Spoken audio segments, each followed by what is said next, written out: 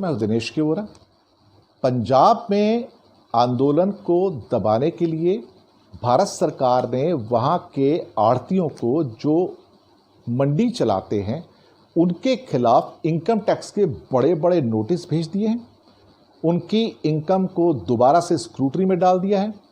ये कुछ ऐसा ही होता है कि भारतीय जनता पार्टी को जब भी किसी चीज़ को दबाना होता है, कुचलना होता है, क्रश करना होता है, फिर वो सीबीआई की रेड, इनकम टैक्स की रेड, एनआईए की रेड या एनफोर्समेंट डायरेक्टर की रेड, मकसद क्या है कि कोई सर ना उठा सके।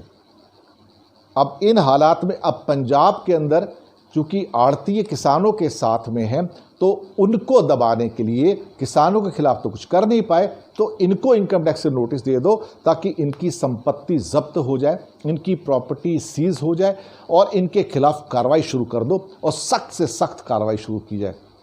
ये भारतीय जनता पार्टी का एक रवैया रहा है पूरे हिंदुस्तान में पिछले कई सालों से कि लोगों के खिलाफ ये सारी एजेंसी लगा दो, उनको क्रश करना है, दबाना है, कुचलना है और साथ में उनको ख़त्म कर देना है।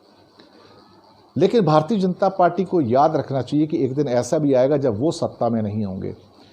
उस दिन उनके भी स्केलेटन बाहर आएंगे, फिर उनके भी किसी नेता के खिलाफ कुछ भी स्पेयर नहीं किया जाएगा। टिट फॉर टैट तो होगा।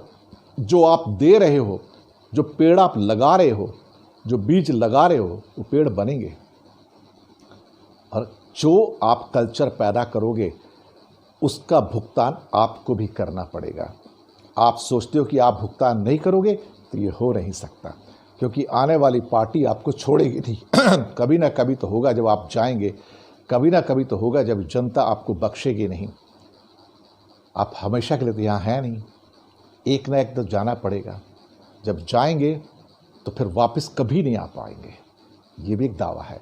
क्योंकि जब लोकतांत्रिक तरीके से चुनी हुई सरकारें तानाशाही का रवैया अपनाती हैं तो फिर एक बार जाने के बाद फिर वापस नहीं आती वो फिर इतिहास के अंदर चली जाती है। भाजपा उसी की ओर आगे बढ़ रही है। शुक्रिया आपका।